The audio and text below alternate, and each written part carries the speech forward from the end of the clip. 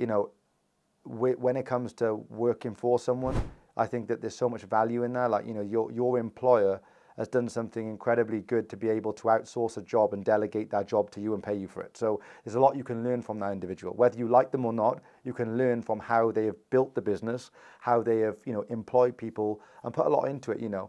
So I don't like that mentality. But when it comes to property, I feel that it is a long game and people need to understand that Definitely. the financial freedom element of it, like, what is that? Like, for me, I'm like, what is financial freedom? This whole cover your beer expenses, like, you can't, in my opinion, you can't quit your job if you've just covered your beer expenses in property, because you have one void, one thing goes wrong and you wipe. Let's be honest, in a buy to let, you got what, 250 to 400 pound max-ish, depending how big where you are, right? cash flow, right? Yeah. It doesn't take a lot to go wrong to get wiped out. So, like, I feel that I don't like that narrative being pushed. And also, an example I usually use is, you know, if people say, why don't you invest in property? Why are you just buying businesses now? I'm like, well, there's no ceiling in business, right? I can just keep buying and buying and buying.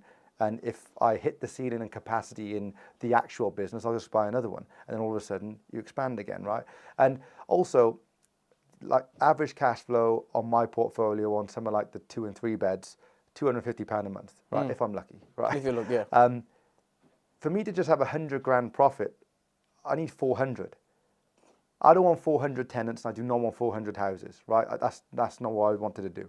The whole point for me is to maximize the cash flow with the least amount of houses and tenants, right? That's what I'd like to do. I also don't think it's as passive as people say it is. Now, even when we buy businesses, if we buy a business and it's property attached, unless it's in the trading co, I don't want it. I always say it's in a property company, it's in your SaaS. I hate it when they say I was in the trading co, because I'm like, to pull that out, you need HMRC clearance, you need a specialist accountant, there's all sorts of headaches that comes with it. So we don't want the property.